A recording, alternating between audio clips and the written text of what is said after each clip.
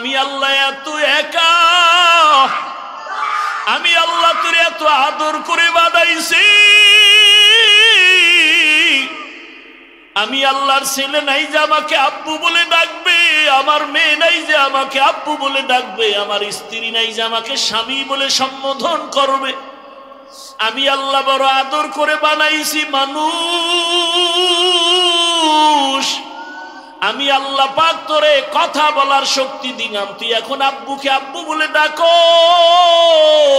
তোর আম্মুকে আম্মু বলে ডাকো। তুই যখন আব্বুকে ডাক দাও বাবার কলিজাটা ঠান্ডা হয়ে যায়, তুই যখন আম্মুরে একটা আম্মুকে ডাক দাও কলিজা ঠান্ডা হয়। এই আল্লাহর বান্দারা, যুবক বাবার একটু নিজের বিবেকরে নাড়া দাও।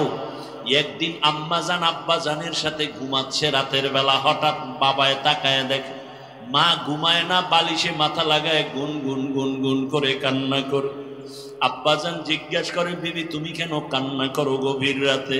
বলে, আমার কলিজার মধ্যে দাউ দাউ করে আগুন জ্বলতেছে, বিরহের আগুন। বলে, কি বলো? কয়, তোমারে বলিয়া লাভ নাই। কয়, বলো।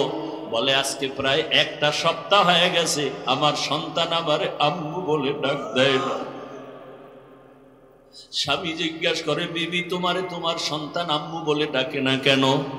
মা ডাক দিয়ে কয়, ও স্বামী আমার, এক সপ্তাহ আগে সন্তান একটা অন্যায় করেছিল, আমি একটা ধমক দিছি, সন্তান অভিমান কইরা আর আমার দিকে তাকায় না। বাবায় বলে, বিবি তুমি আরামে ঘুমাও, খানা খাও, এত টেনশন কেন? তোমার সন্তান আজ না কাল তোমার এসে ডাকবে, তোমার কাছে এসে বসবে। মা কান্না করে আর বলে, স্বামী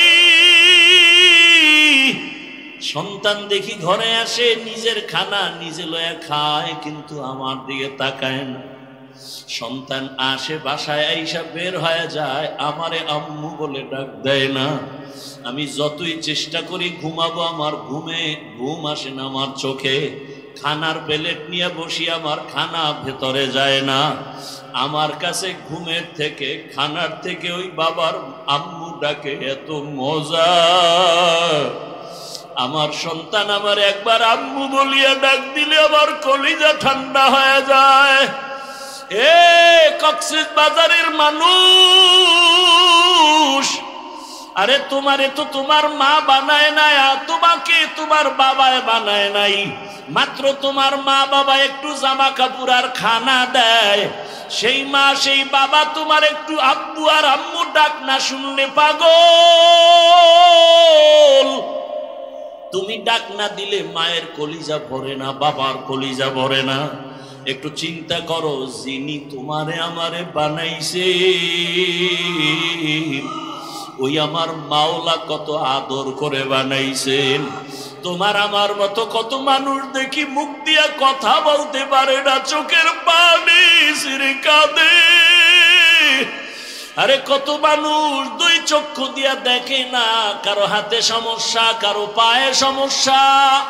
আল্লাহ তোমারে আমারে সুন্দর চক্ষু দিলেন, চেহারা দিলেন, হাত দিলেন, পা দিলেন। আল্লাহ এত আদর করে বানাইয়া বলে, বান্দা তোরে কথা বলার শক্তি দিলাম, মাকে মা বলে ডাকবি বাধা নাই, বাবাকে বাবা বলে ডাক বাধা নাই। ওরে তোর মা তোর ডাক শুনলে খুশি হয়, তোর বাবায় ডাক শুনলে খুশি হয়। আমি আল্লাহ তো তাকায় থাকি, তোর জিব্বা দিয়া যে কথা বলে জিব্বাটা তো আমি বানাইছি।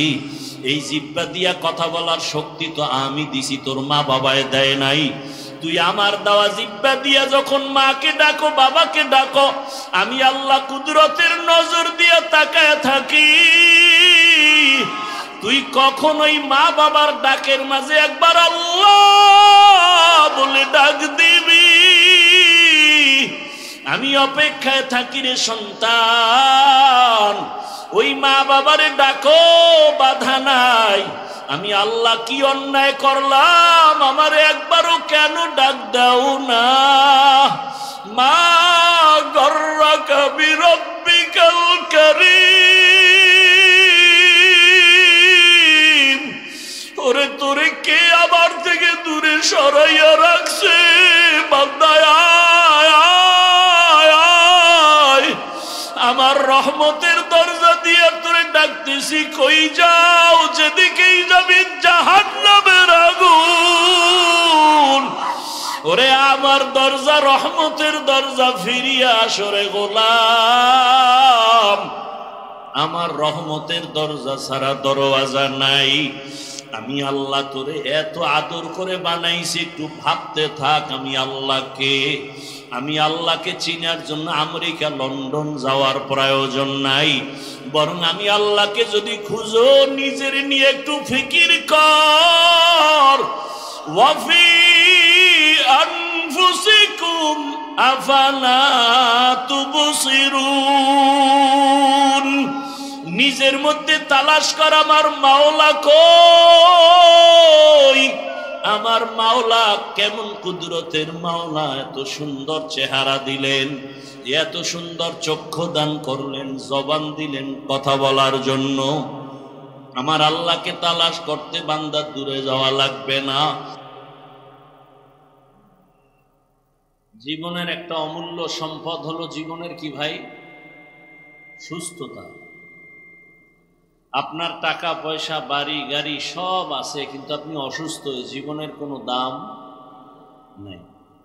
আপনার টাকা পয়সা বাড়ি গাড়ি তেমন নাই, কিন্তু আপনি সুস্থ, আপনার মতো সুখী জমিনে আর কেউ নাই। আল্লাহ এই সুস্থতাকে আমাদের দায়েমান কবুল করেন। হাজারো লাখো মানুষের ভেতর থেকে বাছাই করে দয়াময় রব্বুল আলামিন আমাদেরকে এখানে হাজির হওয়ার তৌফিক দান করেছেন। পুনরায় শুকর আদায় করি আলহামদুলিল্লাহ। মুসলমানের আওয়াজ বাতিলদের জন্য একটি আতঙ্ক। এতগুলো আল্লাহ পাকের আশিক শুকর আদায় করবেন আর আওয়াজ হবে না, এটা হতে পারে না। সবাই মোহব্বতে আর একবার পড়েন দরুদ ও সালাম সৈয়দুল মুরসালিন রহমাতুল লিল আলামিন শফিউল মুজনিবিন খাতামুন নবিয়্যিন সৈয়দুস সাকালাইন ইমামুল মুরসালিন শফিউ আযম রাসূল আকরাম রহমত আলম নবিউল আরব আল আজম হাবিব কিবরিয়া अशरफुल अंबिया सय्यदुल अंबिया शफीअ महशर साक़ी कौसर आका नामदा मदीना का ताजदा आफताब नबूवत फ़ख्र मौजूदा सय्यदुल मखलूक़ा हज़रत मुहम्मदुर रसूलुल्लाह। नबीजीर नामे दरूद पढ़ले गुनाह ना सवाब। एक बार पढ़ेছেন सल्लल्लाहु अलैहि व आलिहि वसल्लम, সাথে সাথে 3টা পুরস্কার পেয়ে গেছে। কয়টা? কুসুম নাই, কুসুম না থাকলে নাই, কপালে থাকতে হবে তো আমার।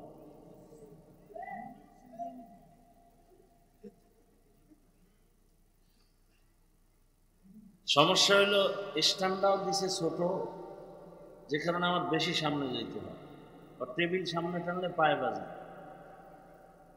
এত মুসিবত হইলে কি করা? বড় স্ট্যান্ড তোমাদের নাই?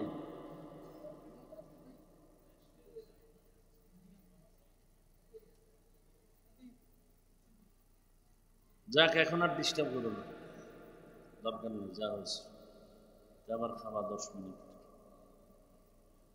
ভলিউম কমে কেন? কি আবার বক্স বন্ধ হইলো কেন?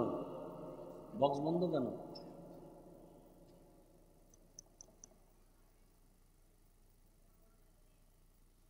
একবার যদি পড়েন সাল্লাল্লাহু আলাইহি ওয়া আলিহি ওয়াসাল্লাম, পুরস্কার কয়টা? প্রথম পুরস্কার 10টা গুনাহ মাফ। আরো আস্তে করে বলেন এমনিতে কথা থামে না, মসজিদে ঢুকলেও কথা, নিষেধ করলে আরো বেশি, ঘুমের ভিতরেও কথা। যেখানে প্রয়োজন সেখানে আমরা বারবার ধাক্কা দিতে হয়, বলেন বলেন, তো জীবনভর অস্তি শুনলেন। যতটুকু প্রয়োজন ততটুকু বলবেন, অতিরঞ্জিত কিছু বলারও প্রয়োজন নেই, চিল্লা চিল্লিরও কিছু দরকার নেই, বুঝার চেষ্টা করবেন। প্রথম পুরস্কার 10টা গুনাহ, দ্বিতীয় পুরস্কার 10টা নেক আমল নামায় যোগ হয়ে যাবে, তৃতীয় পুরস্কার আল্লাহর দরবারে মর্যাদা 10 গুণ বেড়ে যাবে। এই 3টা পুরস্কার পাইলাম কয়বার পড়ার বিনিময়ে? একবার। যদি 100 বার পড়েন, 200 বার পড়ি, 300 বার আমরা দরুদের আমল করি। কিছু কথা আজকে মশওয়ারা, মতামত আপনাদের থেকে নিয়ে কিছু কথা বলবো। খেয়াল করবেন, সত্য কথাটা মানেন বা না মানেন, অন্তত সমর্থন করবেন ইনশাআল্লাহ। জমিনে সমস্ত মানুষের জন্য সহজ দুইটা নফল আমল আছে, পাওয়ারফুল, যার উপরে পাওয়ার নেই।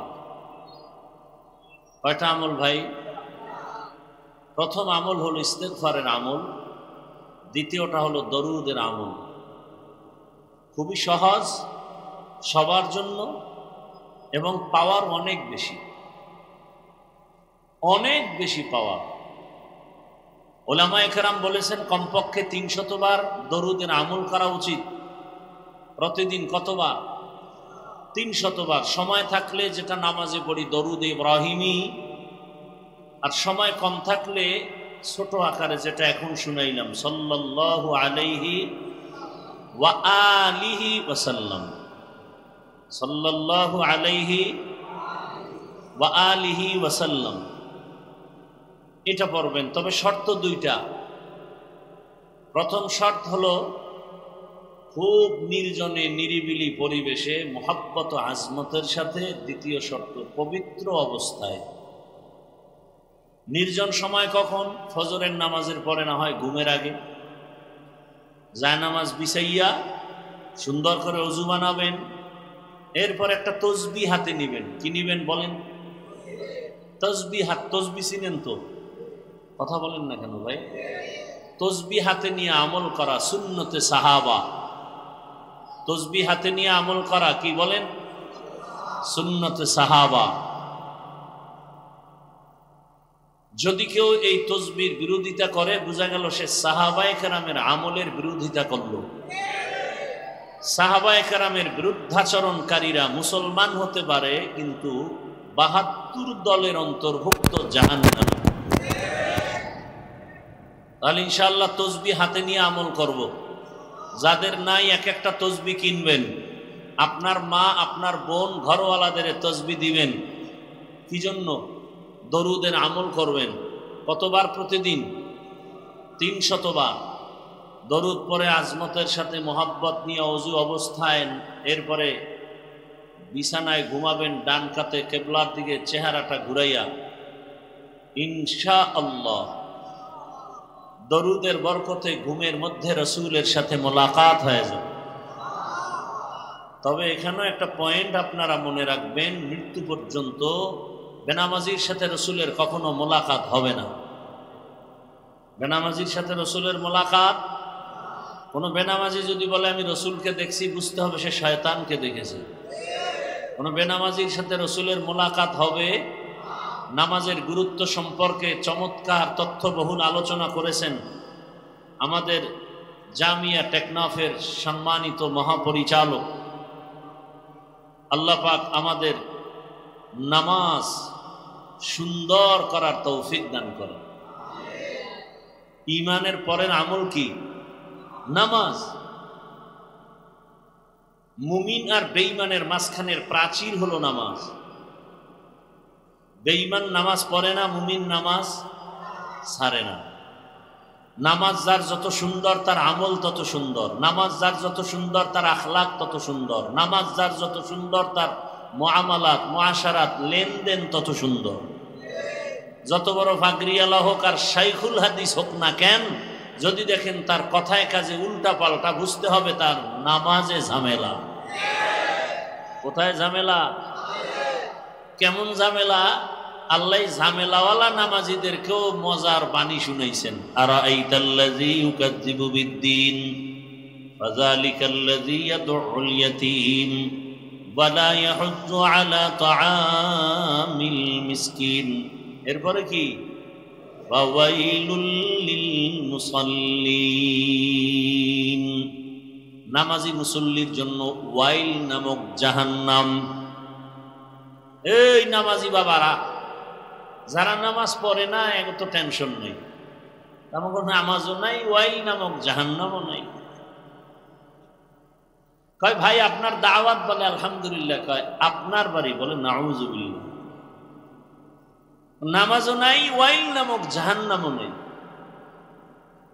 এক নামাজ মানুষকে জান্নাতে নিয়ে যাবে হিসাব ছাড়া। আর এক নামাজ ওয়াইল নামক জাহান্নাম, ভয়ঙ্কর জাহান্নাম। ওয়াইল, মুনাফিক এদের জন্য ভয়ঙ্কর ওয়াইল নামক জাহান্নাম। ব্যবসায়ে যারা ভেজাল করে তাদের জন্য ওয়াইল নামক জাহান্নাম। ওয়াইলুল লিল মুতাফফিফিন, যারা মানুষের দোষ বলে, গীবত করে, মানুষের অপবাদ দেয় বানায় বানায়। ওয়াইলুল লিকুল্লি হুমাজাতিল, ওয়াইল নামক জাহান্নাম। মিথ্যাবাদী যারা তাদের জন্য ওয়াইল নামক জাহান্নাম। ওয়াইলুন ইয়াউমাইযিল লিল মুকাজ্জিবিন। আরেক দল ওয়াইল নামক জাহান্নাম আরেক দলের জন্য যারা নামাজ পড়ে ঠিক, নামাজে ভেজাল। নামাজে কি কি ভেজাল? নামাজও পড়ে, সুদের সাথে ব্যবসাও করে। এরকম ব্যবসায়ী অন্তত কক্সেস বাজারে নাই। নামাজও পড়ে, মানুষের হক নষ্ট করে, নামাজ আদায় করে, মা বাবার হক আদায় করে না। নামাজও পড়ে, মিথ্যা বলে, নামাজ পড়ে, গরিবের উপরে জুলুম করে। নামাজও পড়ে, মিথ্যা কসম কাটে, গীবত শিকায়াত করে। এরকম নামাজি আছে না নাই? নামাজও পড়ে আবার ইমামের বিরুদ্ধেও কথা বলে। নামাজও পড়ে আবার আলেমরেও গালি দেয়। এরকম আছে না নাই? এখন নামাজ কি ভালো না ভেজাল? এমন নামাজিদেরকে আল্লাহ বলছেন ফাওয়াইলুল লিল মুসাল্লিন। আল্লাহ পাক যেইভাবে নামাজ আদায় করলে খুশি হবেন, ওইভাবে রসুলের আদর্শ মতে নামাজ আদায়ের তৌফিক আমাদেরকে দান করুন। তাহলে ইনশাআল্লাহ দরুদের আমল করব তো। দেন পিছনে পিছনে দেন, আমার পিছনে।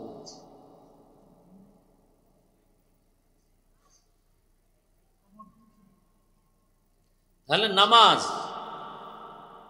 তো, যে দরুদের কথা বলতেছিলাম সে দরুদ আমরা বেশি বেশি পড়ব ইনশাআল্লাহ। হর কে বাশদ আমেলে সাল্লু মুদাম আতশে দোজখ শাওয়াদ বরওয়ায়ে হারাম। আল্লাহ আমাদের বেশি বেশি বেশি দরুদের আমল করার তৌফিক দান করেন।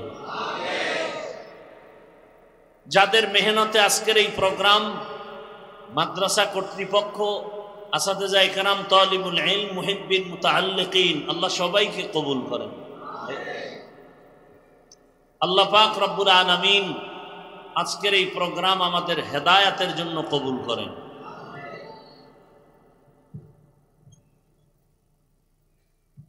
ওলামায়ে হযরত যে আলোচনাগুলো করেছেন এখানে, আল্লাহ পাক সে কথাগুলো আমাদেরকে সহি তরিকায় আমল করার তৌফিক দান করেন।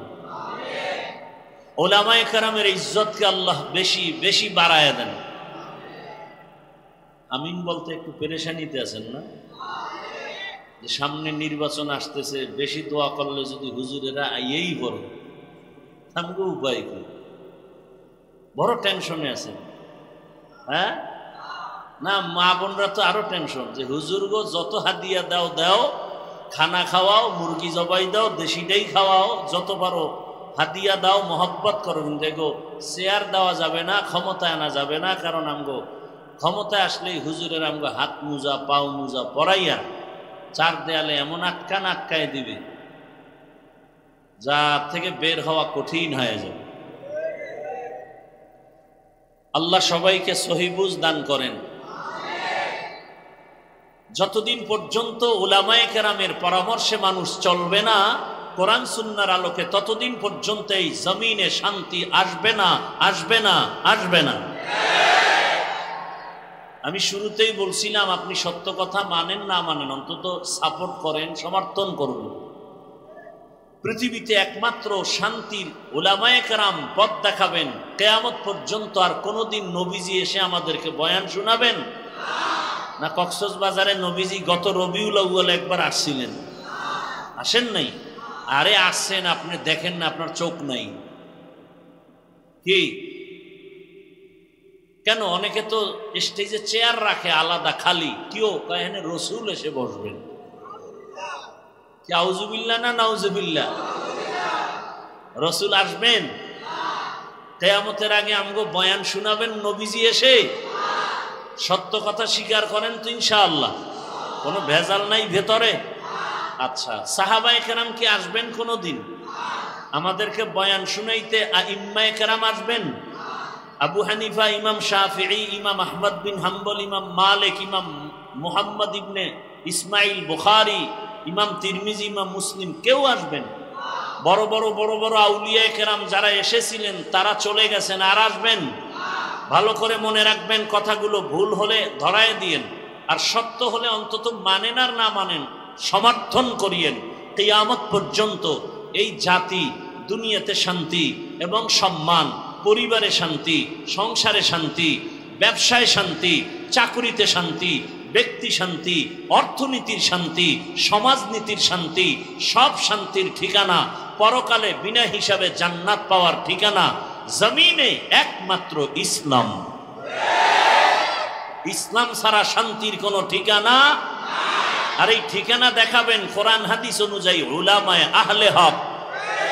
উলামায়ে আহলে হক যতদিন পর্যন্ত জমিনে ইসলাম থাকবে না, কায়েম হবে না, রসুলের আদর্শ থাকবে না, ততদিন পর্যন্ত এই জাতির কপালে শান্তি আসবে। চাপাবাজি চলবে কিয়ামত পর্যন্ত, চাপাবাজি, শান্তি কপালে হবে না। শান্তির ঠিকানার নাম ইসলাম, শান্তির ঠিকানার নাম ইসলাম। আচ্ছা, আমি আপনাদের থেকে আরেকটু জানতে চাই, আমরা যে ইসলামটা মানি, কোরআন মানি, হাদিস মানি, এই কোরআন হাদিস ইসলামটা কি পরিপূর্ণ না কোনো দুর্বলতা আছে? একজন বিধর্মী আমাকে জিজ্ঞেস করলেন, হাফিজ ভাই আপনাদের ইসলামটা কেমন? আপনাকেও যদি জিজ্ঞেস করে আপনি কি বলবেন? অসুন্দর না সুন্দর? পাওয়ারলেস না পাওয়ারফুল? পারফেক্ট নাকি কোনো ঝামেলা? আচ্ছা বলবে, তাই আপনাদের ইসলামটা কেমন পারফেক্ট? মানুষের ব্যক্তি জীবনের সমাধান আছে? আপনি কি বলবেন? আমার কথা বুঝেন না?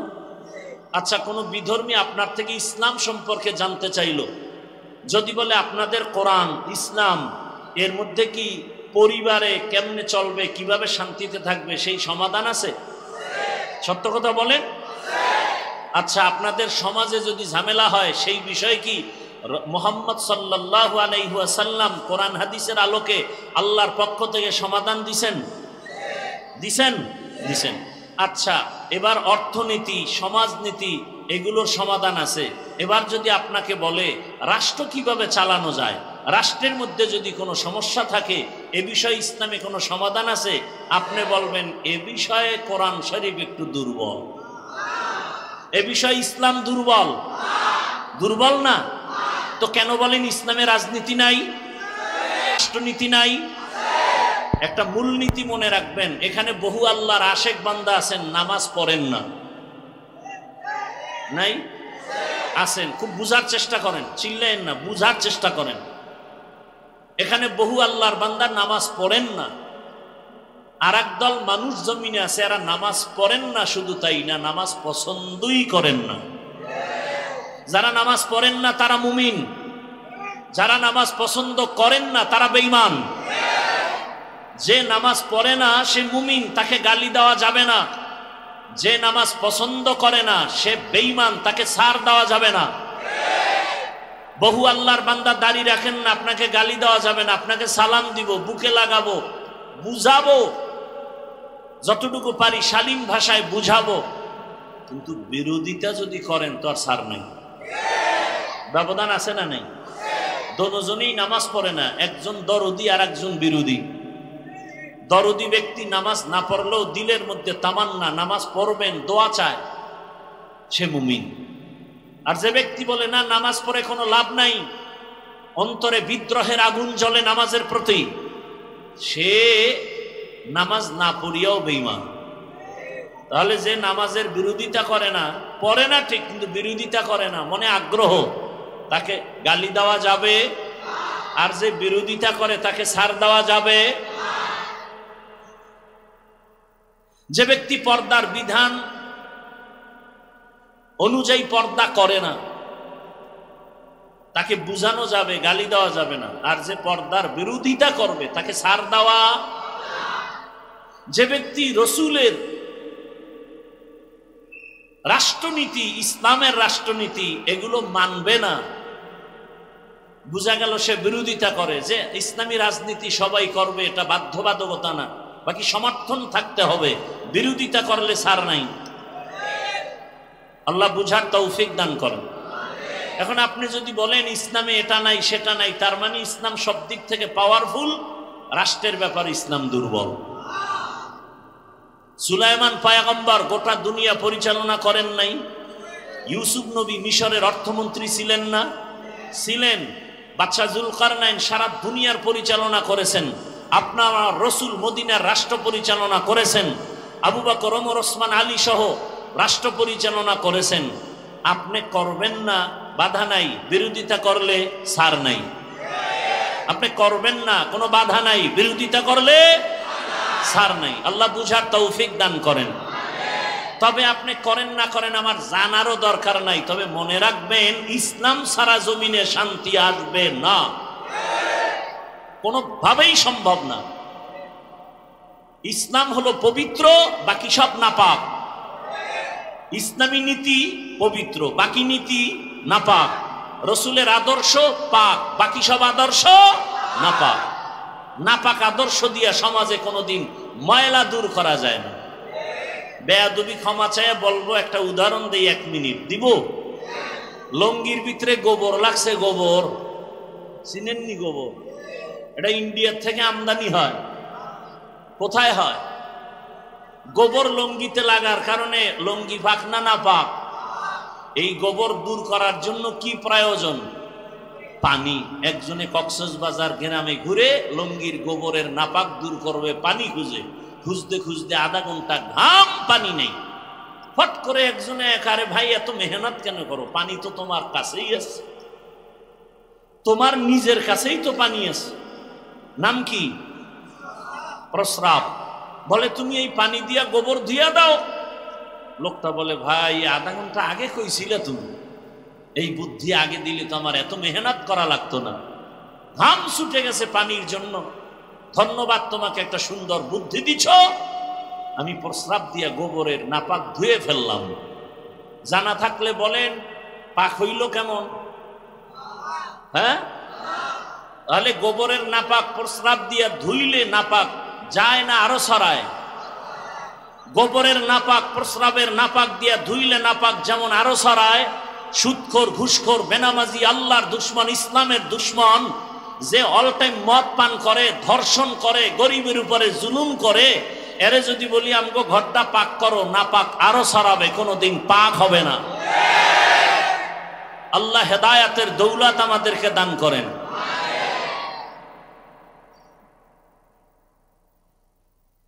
তো আল্লাহ পাক রব্বুল আলামিন আমাদেরকে যে দিন দিছেন, ইসলাম দিছেন, এই ইসলামের কথাগুলো উলামায়ে কেরাম আমাদেরকে শোনাবেন, আমাদেরকে পথ দেখাবেন। এজন্য দোয়া করলাম আল্লাহ উলামায়ে কেরামের ইজ্জতকে বাড়ায় দেন। যারা উলামায়ে কেরামের ইজ্জত নষ্ট করার জন্য বিভিন্ন ভাবে চক্রান্ত করে, লেখালেখি করে, বলার মাধ্যমে মিডিয়ায়, আল্লাহ ওদের হেদায়েত দান করেন। আল্লাহ এদের হেদায়েত দান করেন। আল্লাহ এদের হেদায়েত দান করেন। আল্লাহ পাকের ইলম ও কুদরতে হেদায়েত না থাকলে আল্লাহ এদেরকে দ্রুত ধ্বংস করে দেন। আমি আপনাদের দোয়া নিতে আসছি। দোয়া অনেক দামি এক সম্পদ। জীবনের যত বন্ধ তালা কোনো কাজে, কোনো বিষয়, কোনো ক্রমে না খুললেও দোয়ার মাধ্যমে খুলে যায়। আর একটা মনে রাখবেন, দোয়ার ক্ষেত্রে অন্যের জন্য দোয়া করলে নিজের জন্য আগে কবুল হয়। ধরে নেন আমি দোয়া করলাম, হে আল্লাহ কক্সবাজারের সব মানুষকে আপনি মাফ করে দেন। নবীজি বলেন, একজন ফেরেশতা আসে আমার কাছে, আল্লাহ পাঠান, আর জিজ্ঞেস করেন এই বান্দা কার জন্য দোয়া করলো। ফেরেশতা বলে, আল্লাহ পুরা কক্সবাজার মানুষের জন্য ক্ষমা চাইলো। নিজের জন্য চায় নাই? কয় না। আল্লাহ বলেন, সবার আগে ওকেই ক্ষমা করে দিলাম, এরপরে বাকি। অতএব আমরা অন্যের জন্য দোয়া করতে যেন কৃপণতা না করি।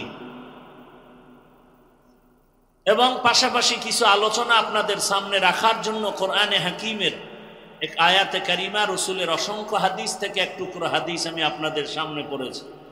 ইখলাস ও রুহানিয়াতের সমন্বয়ে আয়াত ও হাদিসের আলোকে সহি নিয়তে, সহি তরিকায়, সহি কিছু কথা বলার মতো, আপনাদেরকে শুনবার মতো দয়াময় রব্বুল আলামিন তৌফিক দান করুন। আয়াত ও হাদিসের তরজমাটা বলি, তারপরে কিছু ব্যাখ্যা যদি আল্লাহ তৌফিক দান করেন।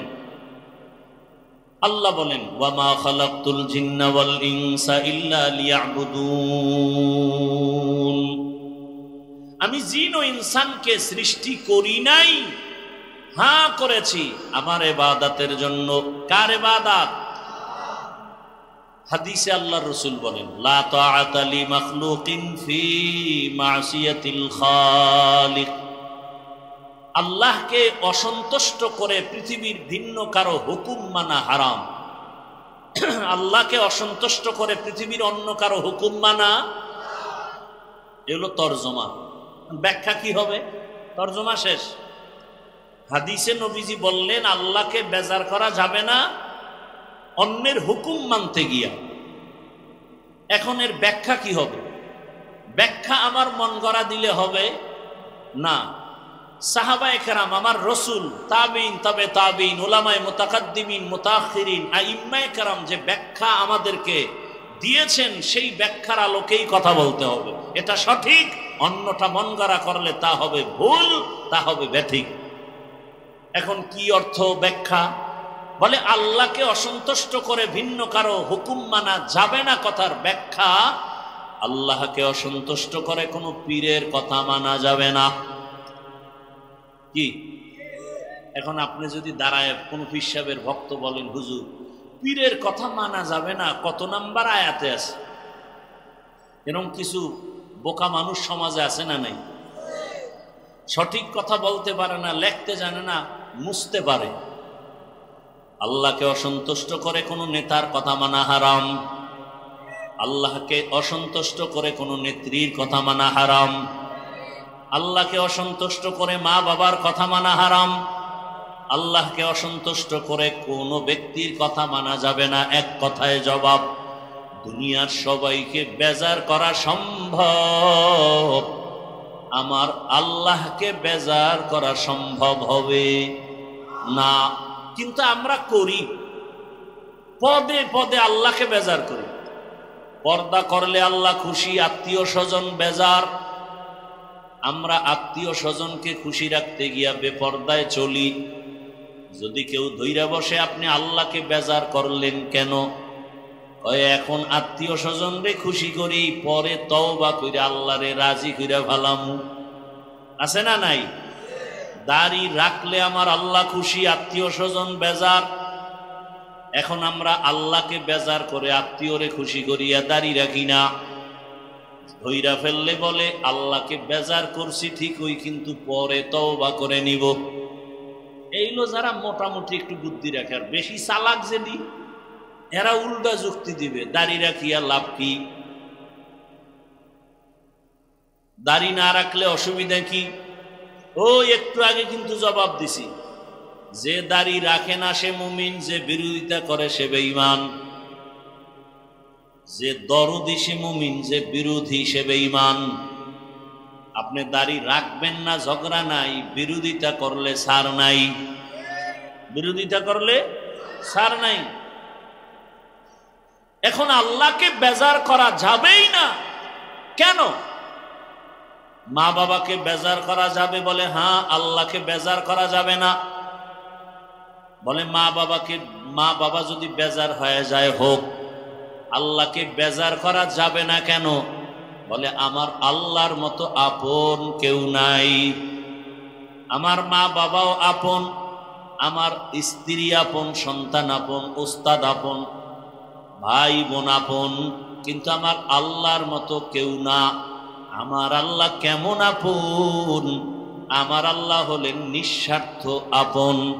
আল্লাহ যে আমাকে আপন মনে করেন, মোহাব্বত করেন, ভালোবাসেন, দয়া করেন, এর মধ্যে কোনো স্বার্থ নাই। আর দুনিয়ার সবাই আমাকে ভালোবাসে স্বার্থের জন্য। স্বার্থে যদি একটু বিঘ্নতা আসে, স্বার্থে আঘাত লাগে, বাংলাদেশে তাকায় তাকায় দেখছি মা বাবা সন্তানের জবাই করে।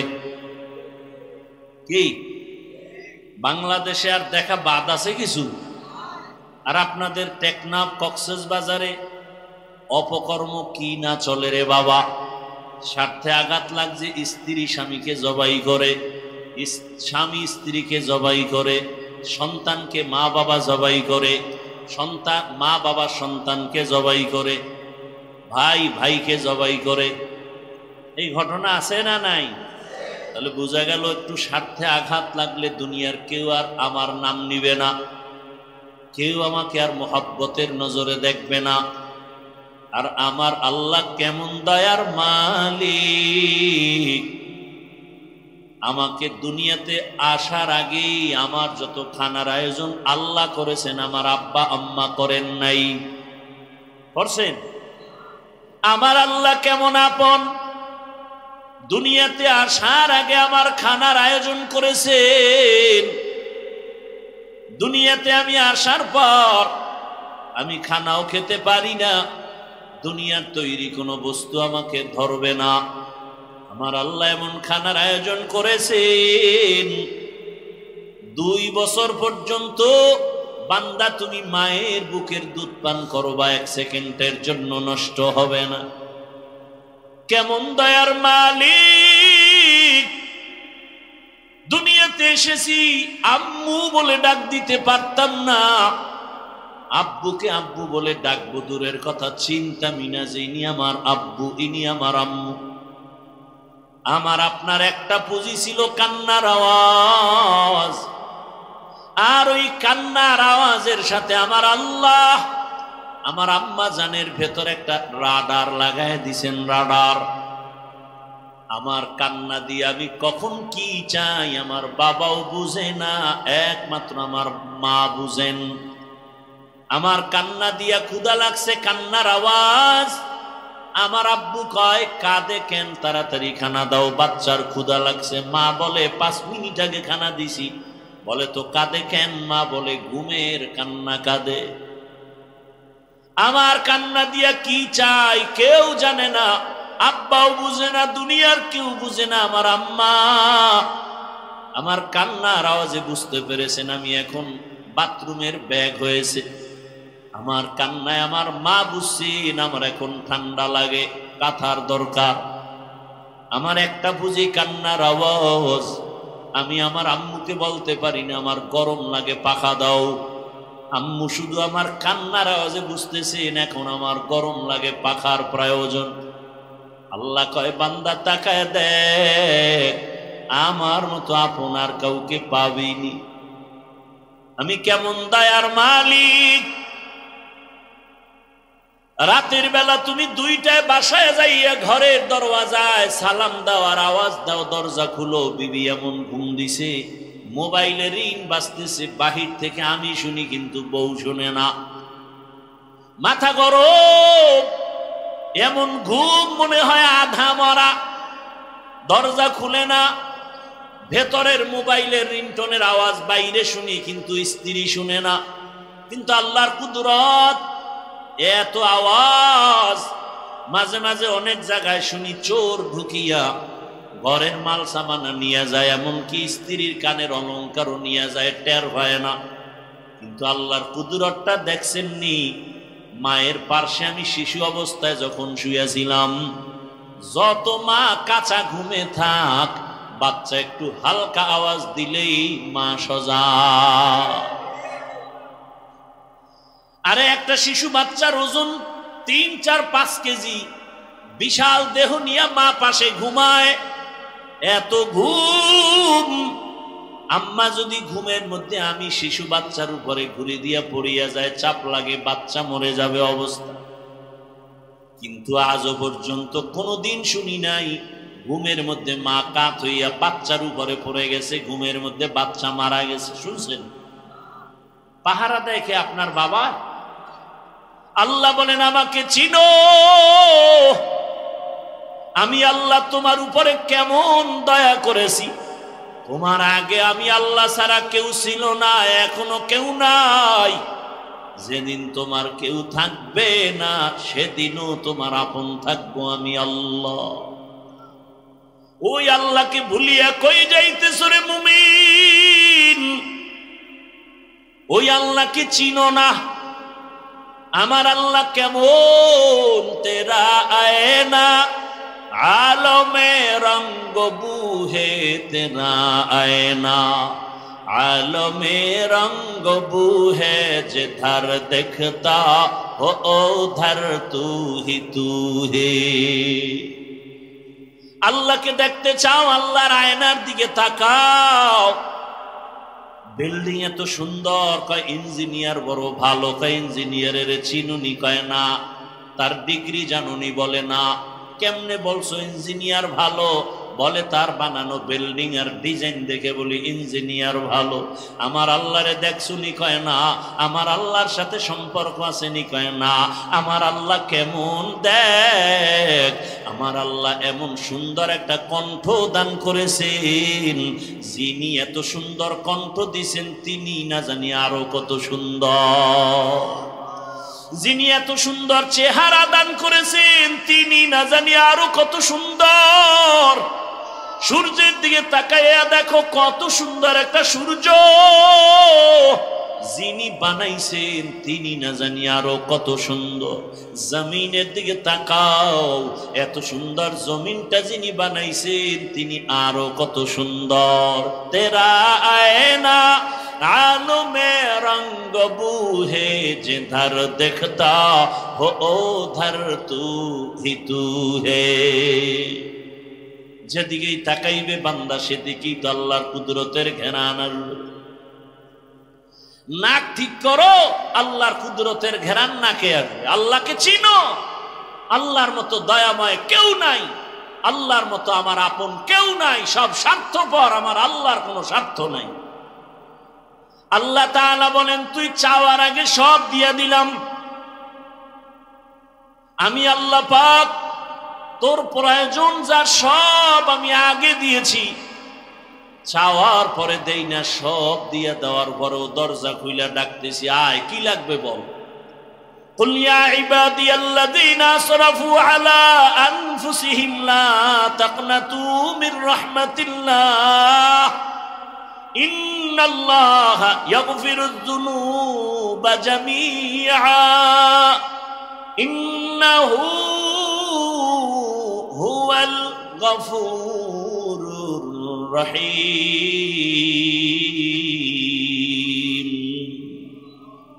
আল্লাহ তাআলা বলেন তোমরা আমার আদরের বান্দা, আসো আমার রহমতের দরজা ছেড়ে কই যাও? আমার দরজা ছাড়া আর কোনো দরওয়াজা নেই। আল্লাহর মোহাব্বতের দরজায় ফিরিয়ে আসো। কি দরকার বলো? নবী বলে একটা জুতার বেলও যদি ছিঁড়া যায় তুমি আল্লাহর কাছে চাও, আমার মালিকের কাছে চাও। মানুষের কাছে চাও, সে মানুষটা তো অভাবী, তোমার অভাব কেমনে পূরণ করবে? ইয়া আইয়ুহান নাস আনতুমুল ফুকারাউ ইলাল্লাহ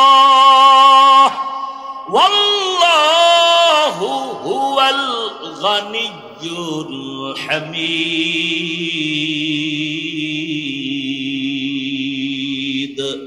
गर तवक्कुल नीकुनी हर सुबह शाम मेरा सनद रिज़्क़ तू अज़ला मकाम जुज़ इबादत निस्ते मक़सूद अजज़हा फज़ले उआ मस्ते दर जुमला जहां। एरे नबीर आशिक আমার আল্লাহ এত আপন। দুনিয়াতে আসার সময় দাঁত ছিল না। কোনদিন আব্বা আম্মা বলছিল আল্লাহ একটা বাচ্চা দিলা, দাঁত দিলা না, 3 দিনের মধ্যে দাঁত দাও। আল্লাহ বলেন কোন মা বাবা আমার কাছে আরজি পেশ করে না, প্রয়োজন হয়ে গেল আমি দাঁত দেওয়া শুরু করলাম। আমি আল্লাহ তোরে দাঁত দিছি কেমনে জানুনি? উপরের পাটির দাঁতকে বলছি নিচের দিকে বড় হ, নিচের পাটির দাঁতকে অর্ডার করলাম উপরের দিকে বাড়তে থাক, বাড়তে বাড়তে নিচের দাঁত উপরের দিকে বাড়ে, উপরের দাঁত নিচের দিকে বাড়ে। সময় মতো একটা জায়গায় যাওয়া পর্যন্ত আমি আল্লাহ আবার অর্ডার করলাম স্টপ হয়ে যা, দাঁত আর বাড়ে না। কারণ আমার এই স্টপ যদি না করতাম, উপরের দাঁত যদি নিচের দিকে যাইতেই থাকতো আর নিচের দাঁত উপরে যাইতেই থাকতো, তো ক্রসের চিহ্ন হয়ে যেত। আমি আল্লাহ পাক সময় মতো আবার দাঁতগুলো বাড়া বন্ধ করায় দিলাম। এই দাঁতের পাওয়ার কিন্তু এখন কম, আবার আর তোর পাওয়ারফুল দাঁত লাগবে। তুই এখন গোশত খাইতে পারো না, হাড্ডি খেতে পারো না, এখন তোর পাওয়ারফুল দাঁত দরকার। কোনোদিন মা বাবায় বলে না আল্লাহ এই দাঁত ফালাইয়া, দুর্বল দাঁত ফালাইয়া পাওয়ারওয়ালা দাঁত দাও, বলছে? আল্লাহ বলেন আমি তোরে এত মায়া করে বানাইছি, আমি আল্লাহর ছেলে নাই মেয়ে নাই, আমি আল্লাহ ওয়াহদাহু লা শারীকা লাহ, আমি আল্লাহ এত একা, আমি আল্লাহ তোরে এত আদর করে বানাইছি। আমি আল্লাহর ছেলে নাই যে আমাকে আব্বু বলে ডাকবে, আমার মেয়ে নাই যে আমাকে আব্বু বলে ডাকবে, আমার স্ত্রী নাই যে আমাকে স্বামী বলে সম্বোধন করবে। আমি আল্লাহ বড় আদর করে বানাইছি মানুষ। আমি আল্লাহ পাক তোরে কথা বলার শক্তি দিলাম, তুই এখন আব্বুকে আব্বু বলে ডাকো, তোর আম্মুকে আম্মু বলে ডাকো। তুই যখন আব্বুকে ডাক দাও বাবার কলিজাটা ঠান্ডা হয়ে যায়, তুই যখন আম্মুরে একটা আম্মুকে ডাক দাও কলিজা ঠান্ডা হয়। এই আল্লাহর বান্দারা, যুবক বাবার একটু নিজের বিবেকরে নাড়া দাও। একদিন আম্মা জান আব্বা জানের সাথে ঘুমাচ্ছে রাতের বেলা, হঠাৎ বাবায় তাকায় দেখে মা ঘুমায় না, বালিশে মাথা লাগায় গুন গুন গুন গুন করে কান্না করে। আব্বাজান জিজ্ঞাসা করে বিবি তুমি কেন কান্না করো গভীর রাতে? বলে আমার কলিজার মধ্যে দাউ দাউ করে আগুন জ্বলতেছে, বিরহের আগুন। বলে কি বলো? কয় তোমারে বলিয়া লাভ নাই। কয় বলো। বলে আজকে প্রায় একটা সপ্তাহ হয়ে গেছে আমার সন্তান আমারে আম্মু বলে ডাক দেয় না। স্বামী জিজ্ঞাসা করে বিবি তোমারে তোমার সন্তান আম্মু বলে ডাকে না কেন? মা ডাক দিয়ে কয় ও স্বামী, আমার এক সপ্তাহ আগে সন্তান একটা অন্যায় করেছিল, আমি একটা ধমক দিছি, সন্তান অভিমান কইরা আর আমার দিকে তাকায় না। বাবায় বলে বিবি তুমি আরামে ঘুমাও, খানা খাও, এত টেনশন কেন? তোমার সন্তান আজ না কাল তোমার এসে ডাকবে, তোমার কাছে এসে বসবে। মা কান্না করে আর বলে স্বামী, সন্তান দেখি ঘরে আসে, নিজের খানা নিজে লয়া খায়, কিন্তু আমার দিকে তাকায় না। সন্তান আসে বাসায় আইসা বের হয়ে যায়, আমারে আম্মু বলে ডাক দেয় না। আমি যতই চেষ্টা করি ঘুমাবো, আমার ঘুম আসে না আমার চোখে। খানার প্লেট নিয়ে বসি, আমার খানা ভেতরে যায় না। আমার কাছে ঘুমের থেকে খানার থেকে ওই বাবার আম্মু ডাকে এত মজা। আমার সন্তান আমার একবার আম্মু বলিয়া ডাক দিলে আমার কলিজা ঠান্ডা হয়ে যায়। এ কক্সবাজারের মানুষ, আরে তোমারে তো তোমার মা বানায় নাই, তোমাকে তোমার বাবায় বানায় নাই। মাত্র তোমার মা বাবা একটু জামা কাপড় আর খানা দেয়, সেই মা সেই বাবা তোমার একটু আব্বু আর আম্মু ডাক না শুনলে পাগল। তুমি ডাক না দিলে মায়ের কলিজা ভরে না, বাবার কলিজা ভরে না। একটু চিন্তা করো, যিনি তোমারে আমারে বানাইছে ওই আমার মাওলা কত আদর করে বানাইছেন। তোমার আমার মতো কত মানুষ দেখি মুখ দিয়া কথা বলতে পারে না, চোখের পানি ছিঁড়ে কাঁদে। আরে কত মানুষ দুই চক্ষু দিয়া দেখে না, কারো হাতে সমস্যা, কারো পায়ে সমস্যা। আল্লাহ তোমারে আমারে সুন্দর চক্ষু দিলেন, চেহারা দিলেন, হাত দিলেন, পা দিলেন। আল্লাহ এত আদর করে বানাইয়া বলে বান্দা তোরে কথা বলার শক্তি দিলাম, মাকে মা বলে ডাকবি বাধা নাই, বাবাকে বাবা বলে ডাক বাধা নাই। ওরে তোর মা তোর ডাক শুনলে খুশি হয়, তোর বাবায় ডাক শুনলে খুশি হয়। আমি আল্লাহ তো তাকায় থাকি, তোর জিব্বা দিয়া যে কথা বলে জিব্বাটা তো আমি বানাইছি। এই জিহ্বা দিয়া কথা বলার শক্তি তো আমি দিছি, তোর মা বাবায় দেয় নাই। তুই আমার দেওয়া জিহ্বা দিয়া যখন মাকে ডাকো, বাবাকে ডাকো, আমি আল্লাহ কুদরতের নজর দিয়া তাকায় থাকি। তুই কখনোই মা বাবার ডাকের মাঝে একবার আল্লাহ বলে ডাক দিবি। আমি অপেক্ষায় থাকি রে সন্তান, ওই মা বাবারে ডাকো, বাধা নাই। আমি আল্লাহ কি অন্যায় করলাম, আমারে একবারও কেন ডাক দাও না? মা গর্রাকা বিরব্বিকাল কারীম, ওরে তোরে কে আমার থেকে দূরে সরাইয়া রাখছে? বান্দায় আমার রহমতের দরজা দিয়ে তোরে ডাকতেছি, কই যাও? যেদিকেই যাবি জাহান্নামের আগুন। ওরে আমার দরজা, রহমতের দরজা, ফিরিয়া আসো রে গোলাম। আমার রহমতের দরজা ছাড়া দরওয়াজা নাই। আমি আল্লাহ তোরে এত আদর করে বানাইছি, একটু ভাবতে থাক আমি আল্লাহকে। আমি আল্লাহকে চিনার জন্য আমেরিকা, লন্ডন যাওয়ার প্রয়োজন নাই, বরং আমি আল্লাহকে যদি খুঁজো, নিজের নিয়ে একটু ফিকির কর। ওয়াফি আনফুসিকুম আফালা তুবসিরুন, নিজের মধ্যে তালাশ কর আমার মাওলা কই, আমার মাওলা কেমন কুদরতের মাওলা। এত সুন্দর চেহারা দিলেন, এত সুন্দর চক্ষু দান করলেন, জবান দিলেন কথা বলার জন্য। আমার আল্লাহকে তালাশ করতে বান্দা দূরে যাওয়া লাগবে না। ওয়া নাহনু আকরাবু ইলাইহি মিন ওয়া হুয়া মাআকুম আইনামা কুনতুম। ও বান্দা, তুমি যেদিকেই তাকাও না কেন, আমি আল্লাহকে ফাঁকি দেওয়ার সুযোগ নাই। ফাআইনামা তুওয়াল্লু ফাসাম্মা ওয়াজহুল্লাহ। हर रंग में तू, हर बू में तू, हर जा में तू, हर दम। हर रंग में तू, हर बू में तू, हर जा में तू, हर दम। देखता हो जिधर चाहता हो आपके रहम करम। देखता हो जिधर चाहता हो आपके रहम करम। तू दिल में तू आता है, समझ में नहीं आता। तू दिल में तू आता है, समझ में नहीं आता। बस जान लिया मैं तेरे पहचानो यही है। बस जान लिया मैं तेरे पहचानो यही है। আল্লাহ বলেন, ও বান্দা, আমার মোহাব্বতের বন্ধনে তুমি চলে যাও, তোমার দুনিয়াতে কোনো পেরেশানি থাকবে না। মান কানা লিল্লাহ কানাল্লাহু লাহ, যে ব্যক্তি আমার আল্লাহর হয়ে যাবে, গোটা দুনিয়া তার গোলাম হয়ে যাবে। قال رسول الله صلى الله عليه وآله وسلم الدنيا خلقت لكم وأنكم خلقتم للآخرة।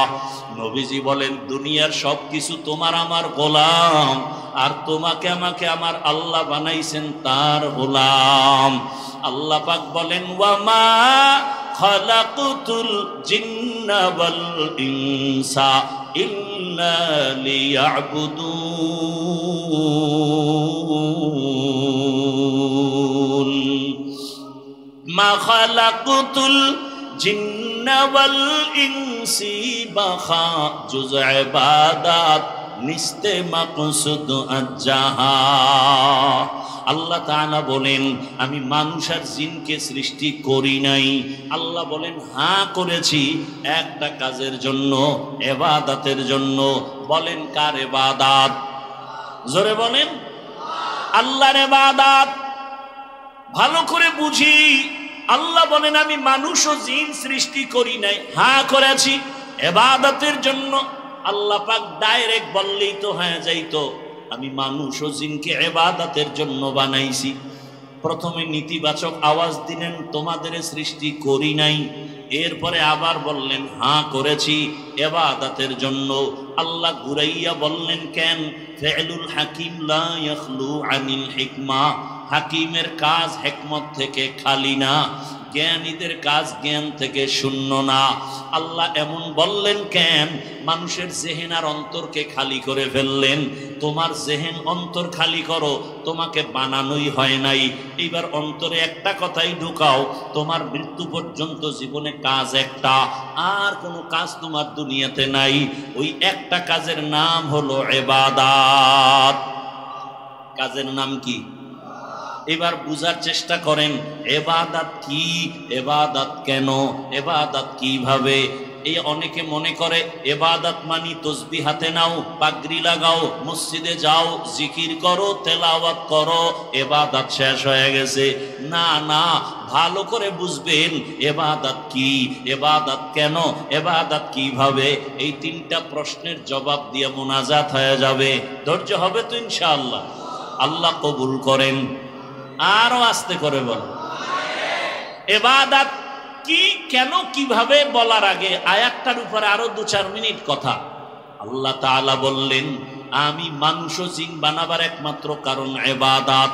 অনেক মুফাসসিরিনে কেরাম এখানে ইবাদতের ব্যাখ্যা করতে গিয়ে লেখছেন লিয়াবুদুনের ব্যাখ্যায় বলেছেন আয় লিয়ারিফুন।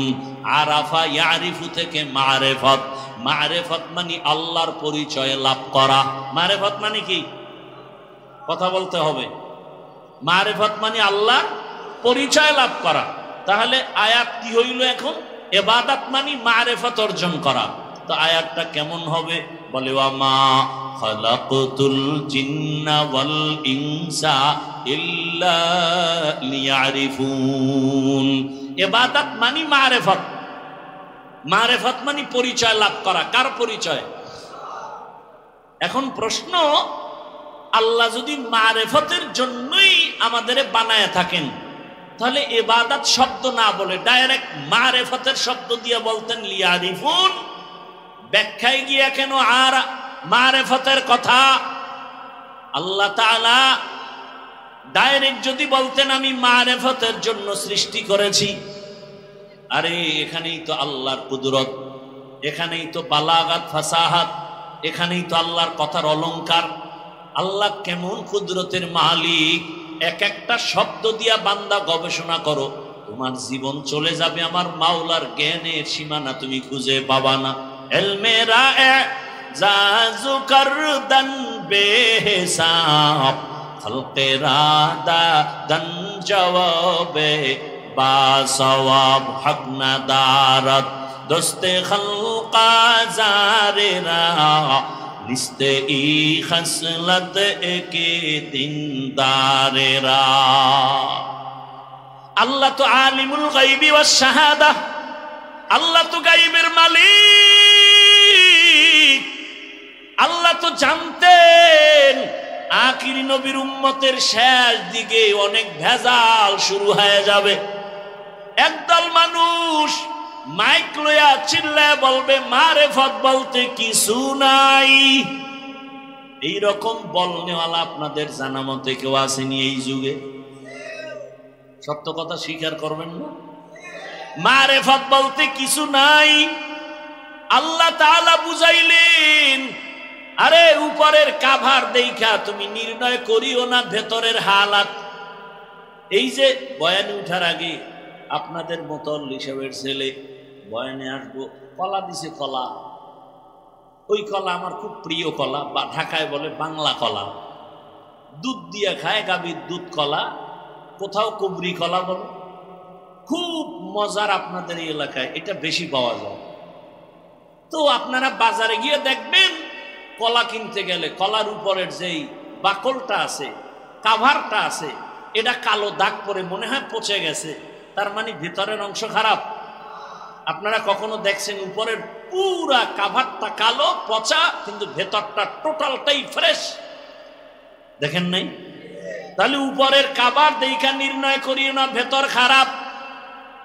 আরে শুধু কোরআনের তরজমা দিয়ে আল্লাহ পাবি না। আরে শুধু তরজমা দিলেই তো কোরআনের মধু তোমার ভেতরে আসবে না। তুমি যদি মধু খুঁজতে চাও, ব্যাখ্যা খুঁজো ব্যাখ্যা। তুমি খালি আলহামদুর মধ্যে পাইছো আলা দলিন, গোমরাহ, দল্লান দলিন মানে পথভ্রষ্ট। এখন এই তরজমা তুমি যেখানে সেখানে লাগাইলে কপাল পরে যাবে।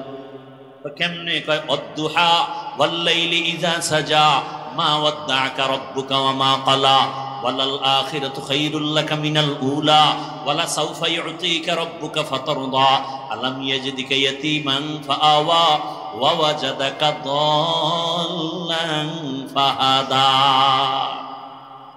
আলহামদু সূরার মধ্যে দল্লিন, এখানে দল্লান, দল্লিন দল্লানের অর্থই হলো গোমরাহ, পথভ্রষ্ট। এখন ওখানে ওয়ালা দল্লিন মানে পথভ্রষ্টতার থেকে আমাকে বাঁচাও। ওই তরজমা যদি অদ্দুহার মধ্যে কও আমার রসুলকে আল্লাহ পাইছেন পথভ্রষ্ট, আল্লাহ হেদায়াত দিছেন, তোমার ঈমান চলে যাবে, বিয়া করলে বউ তালাকের রাস্তায় চলে যাবে। এই জন্য কোরআনের শুধু তরজমা দিয়া না, তুমি শুধু ইবাদতের অর্থ করলে হবে না। এখানে ব্যাখ্যা মুফাসসিরিনে কেরামরা কি করে গেছেন। আরে মুফাসসিরিনে কেরামদের তরজমা ধরবা কেন? কারণ তাদের তরজমার মূল্য বেশি। কারণ তোমার আমার জবান নাপাক গীবতের কারণে, মিথ্যা বলার কারণে, গালির কারণে, তোমার আমার চক্ষু নাপাক বেগানা দেখার কারণে, তোমার আমার হাত নাপাক অন্তর নাপাক। কিন্তু যারা তাকওয়ার মানদণ্ডে ছিলেন, ইচ্ছা করে গুনাহ করে নাই, গুনাহ হয়ে গেলে তওবা করতেও দেরি করে নাই, এদের ব্যাখ্যা নিবা জীবনের বন্ধ তালা খুলে যাবে। মুফাসসিরিনে কেরাম তরজমা নিছেন, বলে ইবাদত দিয়ে এখানে উদ্দেশ্য মারিফত। মারিফত তার মানে হলো যারা বলে মারিফত বলতে কিছু নাই, প্রমাণ হয়ে গেল তারা মূর্খ, ধর্মান্ধ। আল্লাহ পাক এই আয়াতে বুঝায় দিলেন আমি মারিফতের জন্যই মানুষ বানাইছি। মারিফত মানে পরিচয় লাভ করা। কার পরিচয়? এখানে আরেকটা প্রশ্ন, আরে ভালো করে বুঝেন, আল্লাহ ডাইরেক্ট মারিফত বলেন না, ইবাদত দিয়া কেন বুঝাইছেন? মারিফতের লাইনে আরেক দল আছে ভণ্ড, আছে না নাই? একদল ভণ্ড যারা মারিফত মানে না, আরেক দল ভণ্ড যারা মারিফতের সম্রাট হয়ে বসে আছে, ইবাদত নাই। এরকম নাই? শুধু মারিফতের সম্রাট না, মুজাদ্দিদে জামান, আন্তর্জাতিক বেঈমান। নামাজ নাই, রোজা নাই, তেলাওয়াত নাই, কালেমা নাই, গোসল নাই, কিচ্ছু নাই।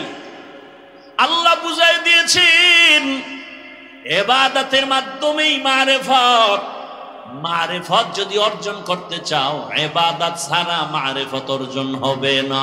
শরীয়তরা মুকদ্দম দারে আকনু মারিফত আজ শরীয়ত নিসতে বেরু শরীয়ত হো তরিকত হো তমামি হकीकत में मोहम्मद की गुलामी। ইবাদত ছাড়া মারিফত হয় না বলে কেমন? আমাদের মুরব্বীরা, আমাদের আহলুল্লাহরা উদাহরণ দিয়েছেন, গাভীর দুধের মধ্যে মাখন আসেনি, কথা জানো? গাভীর দুধের ভেতরে ঘি আসেনি, ছানা। এখন এখানে 20 কেজি দুধ আইনা দিল একটা পাত্রে, আর মাইকে বলে দিলাম এই এলাকার মানুষ, এই দুধের ভিতরে মাখন আছে, ঘি আছে, ছানা আছে। এক বোকা এসে হাত দিয়া খুঁজতেছে, দেখি পাইনি আধা কেজি। খুঁজতে খুঁজতে খুঁজতে খুঁজতে 24 ঘন্টা পাবে 100 টাকা পাবে। তার মানে দুধের মধ্যে মাখন নাই। বলেন সত্য কথা বলেন, আছে কথাটা কত পার্সেন্ট সত্য? কইটা দেখা যায় না তো। আছে ঠিক, দেখা যায় না। বের করবি কেমনে? মেহনত কর। ঠিক ইবাদতের মধ্যে, শরীয়তের মধ্যে মারিফত আছে, বলে কত পার্সেন্ট সত্য? 1000% সত্য। দেখা যায় না কেন? বলে মেহনত করো। কি মেহনত? বলে তাকওয়ার মেহনত লাগাও। তাকওয়ার মেহনত যখন করবা তখন দেখবা দুধের মধ্যে মেহনত করো, মেহনত করতে করতে দেখবা মাখন ভেসে উঠেছে। শরীয়তের ময়দানে মেহনত করো, ইবাদতের ময়দানে মেহনত করো, হঠাৎ করে দেখবা মারিফতের দরজা খুলে যাবে। ওয়াল্লাযীনা জাহাদু ফীনা লানাহদিয়ান্নাহুম সুবুলানা ওয়া ইন্নাল্লাহা লামাআল মুহসিনিন।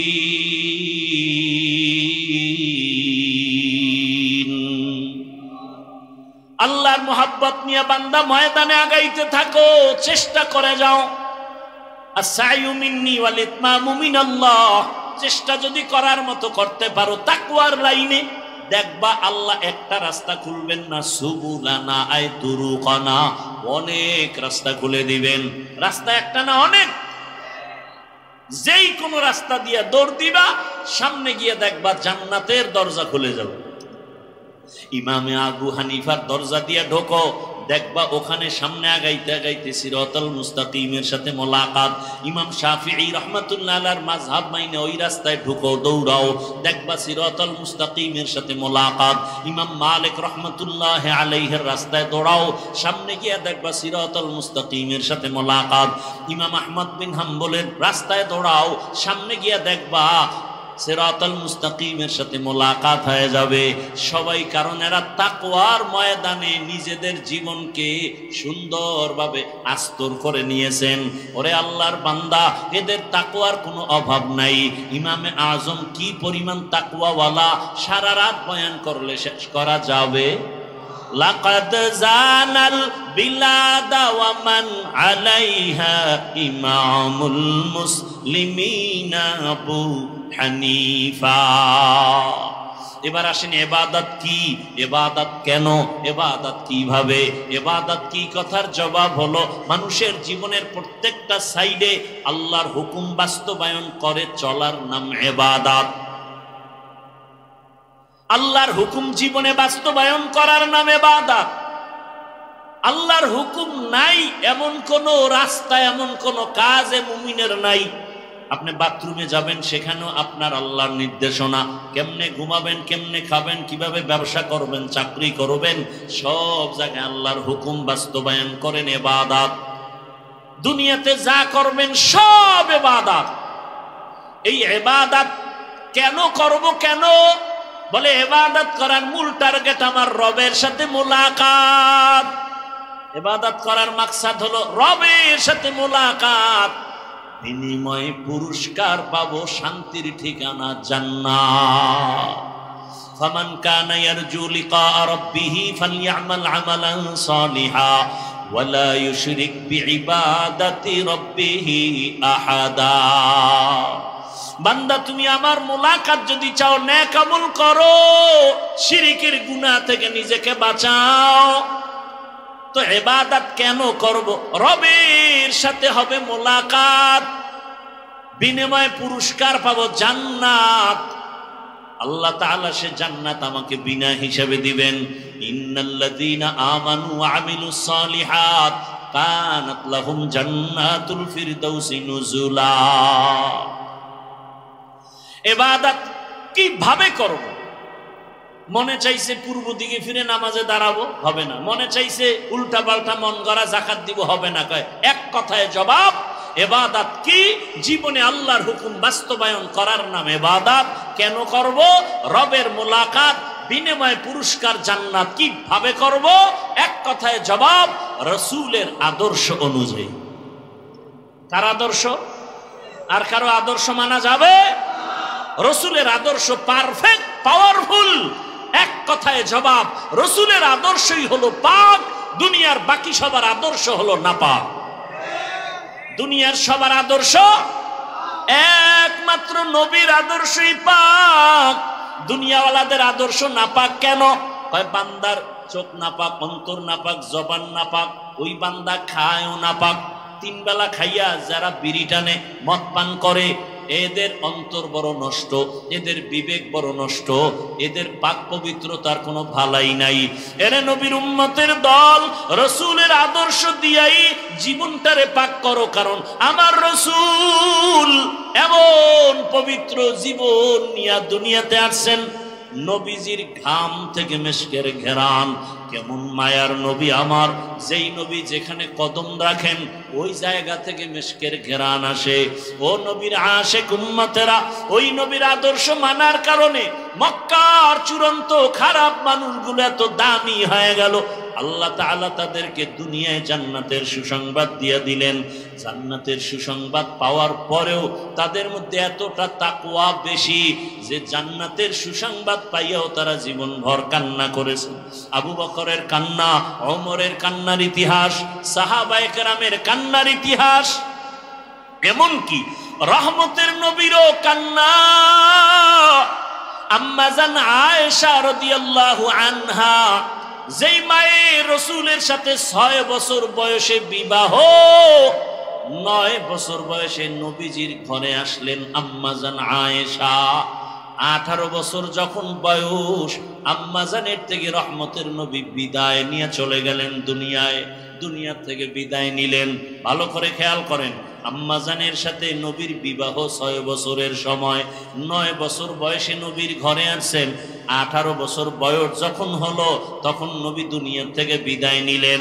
একটু চিন্তা করে বলবেন, আম্মা জান নবীর ঘর করলেন কত বছর? কথা বলেন না কেন? 9 বছর বয়স, টোটাল বয়স কত? 18 বছর। আমার দেশের বহু বোনদের 18 বছরে বিয়েই হয় না। হয় না তো হয় না। আবার লবণের সেটা কাটা গায়ের মধ্যে একদল আবার আইন কইরা কয় বাল্য বিবাহ চলবে না। বলে না? বলে না? আরে বাল্য বিবাহ চলবে না, ও আইনদাতারা তো কি চলবে? আমার সোনার বাংলায় কয় আকাম চলবে। আকাম, বিবাহ চলবে না, আকাম চালাও। আরে আকাম কেমনে করব? কয় বই বাইর করিয়া ক্লাসে ক্লাসে দিতেছি, দেখ আকাম কেমনে করবি, একটা মেয়ে কেমনে বালেগা হবে, একটা ছেলে কখন বালেগ হবে, কি সিস্টেম হবে তার, এগুলো লেখা লেখা বইয়ের মধ্যে শিখাইবে। এই শিক্ষা নীতি দিয়া এই জাতি জাহান্নামে যাবে, জান্নাত পাবে না। একই অক্ষর, একই বর্ণ স্কুলেও পড়ায়, আমরা মাদ্রাসায় পড়াই স্বর ও স্বরে আ। স্কুলে গিয়া শিখে স্বরে ওতে ওয়াজাগর, আমাদের মাদ্রাসায় এসে শিখে স্বরে ওতে অজু। ব্যবধান আছে না নেই? একই অক্ষর স্কুলে শিখে সরায়া আপা, একই অক্ষর মাদ্রাসায় এসে শিখে সরায়াতে আল্লাহ। মাদ্রাসায় এসে কবিতা শিখে রব্বি জিদনি ইলমা, মা বাবার জন্য দোয়া শিখে রব্বির হামহুমা কামা রব্বায়ানি সগীরা। আর স্কুলে গিয়া সেই সন্তানটা কবিতা পড়ে হাম টিমা টিম টিম। ঠিক নি? জাতির কপাল পুড়েছে। জুলাই আন্দোলন করে সরে কক্সেস বাজারের যুবক, স্বাধীন আন্দোলন কইরা এখনো কেন কি স্বাধীন পাইছো? এখনো কেন আমার আলেমরা রাস্তায় আন্দোলন করে? এখনো কেন শিক্ষক শিক্ষিকার আন্দোলন করে? আরে শুনতেছি নাকি গান শিখাবার জন্য মাস্টার রেডি করে দিতেছে, গান শিখাবে। আল্লাহর কোরআন শিখানোর জন্য কোন টিচার দিবে খবর নাই। এই নিয়মগুলো স্বাধীনতার ফল। গান শিখাইতে মাস্টার দিতেছে, আল্লাহর কোরআন শিখাবার জন্য কোনো টিচার দেওয়ার চিন্তাও নাই। ওই যে একটু আগে বলছিলাম কিনা জানা নাই, শিয়ালের হাতে মুরগি দিলে যা হয়, মাদ্রাসা মসজিদ আর ধর্মের চাবি সুদখোর ঘুষখোর আর মদখোরের হাতে দিলে ইসলামের অবস্থা তো এটাই হবে। আল্লাহ হেদায়েত দান করুন। ভাইরা আমার, বলারও মানুষ নাই, শুনারও মানুষ নাই, বিরোধিতা করার মানুষের অভাব নাই। বলারও মানুষ নাই, শুনারও মানুষ নাই, বিরোধিতা করার অভাব নাই। হুজুর এই বয়ান করলেন কেন? তোমার সমস্যা কি? ইসলামের বয়ান, কোরআনের বয়ান, হাদিসের বয়ান, সমস্যা কি? সুদের বয়ান করছে, কয় হুজুর 1 মাসের জন্য ছুটি। কি কি বিষয়? কয় শিয়ালের রাতে মুরগি, কথা বলা যাবে না, কথা কইলেই মুরগি খেয়া লাগবে। বুঝেন কিছু? কি বুঝছেন? এই জমিনে যোগ্য উলামায়ে কেরামের অভাব নাই। কোরআনের বয়ান চলবে, মাদ্রাসা চলবে। সুদখোর থেকে অনুমতি নিতে হবে কেন? ঘুষখোর থেকে অনুমতি নিতে হবে কেন? আল্লাহ হেদায়েত দান করুন, আল্লাহ হেদায়েত দান করুন। জুলাই আন্দোলন হয়েছে, আবার ওয়াজে বাধা কেন? স্বাধীন হয়েছে এই জন্য। হ্যাঁ, আমি তো ঢাকায় ঘোষণা দিছি, ওয়াজে বাধা দেয় কোন বদমাস, কোন বেয়াদব? এদের কথা রেকর্ড করে আমাদেরকে দাও। এই চূড়ান্ত জালেমের বিরুদ্ধে নতুন করে আবার আন্দোলন করতে হবে। আল্লাহ হেদায়েত দান করুন। ওয়ামা খালাকতুল জিন্না ওয়াল ইনসা ইল্লা লিয়াবুদুন। রহমতের নবীর আদর্শের মাধ্যমে ইবাদত করো, নবীর আদর্শে ব্যবসা করো ইবাদত, চাকরি করো ইবাদত, ঘুমাও ইবাদত, হাসো ইবাদত, বাথরুমে যাও ইবাদত, নবীর আদর্শে। আর নবীর আদর্শ বাদ দিয়া নামাজ পড়বা হবে না, নবীর আদর্শ বাদ দিয়া যাকাত দিবা কবুল হবে না, নবীর আদর্শ বাদ দিয়া তুমি রোজা রাখবা কবুল হবে না। একজনে 30 রোজা রাইখা যদি মনের আবেগে বলে ঈদের দিনও রোজা রাখি, হবে? কেন? বলে রসুলের আদর্শের মধ্যে নাই। তুমি জীবনের সব কাজ করবা ইবাদত বানাইয়া, হতে হবে রসুলের আদর্শ অনুযায়ী। কারণ দুনিয়ার সবার আদর্শ না পাক, একমাত্র রসুলের আদর্শই হলো পাক। নবীর আদর্শ পাওয়ার কারণে সাহাবায়ে কেরাম না খাইয়া পেটে পাথর বেঁধেছেন, এরপরও হারাম খায় নাই। কি? এরপরও হারামের কাছেও যায় নাই। রহমতের নবী পর্যন্ত আল্লাহর আযাবের ভয়ে কান্না করেছেন উম্মতের জন্য। আর আমরা সে উম্মত, কান্না তো নাই, কেউ কান্না করলেও আমরা সহ্য করতে পারি না। ও যুবক বাবারা, ও বৃদ্ধ বাবাজি, পর্দার আড়ালের মা বোনেরা, ওয়াজ তো আপনারা কম জানেন না, কিন্তু ফলাফল কি? কয়দিন আর দুনিয়াতে বাঁচবেন? ও যুবক বাবা, আপনারাও মুসলমান, আমিও মুসলমান, আপনার আমার আল্লাহ এক, নবী এক, কোরআন এক। এরপরও কেন আপনাকে নামাজের জন্য বুঝাতে হয়, রোজার জন্য বয়ান দিতে হয়? বয়ানের পরেও কেন নামাজ পড়তে চান না? বলেন, আপনারা ভুলে আছেন নাকি আমরা ভুলে আছি? আমরা যদি ভুলে থাকি বলেন, বুঝায় দেন, নামাজ ছেড়ে দেই, দাড়ি কেটে ফেলি। আর যদি বলেন না আমরা সঠিক আছি, আমি আপনাদেরকে রাগ করে কিছু বলবো না, বরং মোহাব্বতে বলবো। পা দুটো যদি আগায় দেন, আমি পায়ে হাত রেখে বলি, আর নামাজ ছাড়িয়েন না। আপনার মতো কত যুবক এই সমাজে এখনো আছে, জেনারেল লাইনে পড়িয়াও নামাজ ছাড়ে না। নাই? র্যাব, আর্মি, পুলিশ, বিডিআরের চাকরি করে নামাজ পড়ে, পর্দা করে। আপনার মতো কত যুবক রাস্তায় গাড়ি চালায়, নামাজ ছাড়ে না। নদীতে মাছ ধরিয়াও নামাজ পড়ে। বলেন, আপনি কেন পারেন না? আপনার কপালে কার বরদোয়া লাগছে মনে হয়? না হয় আপনি কেন পারবেন না?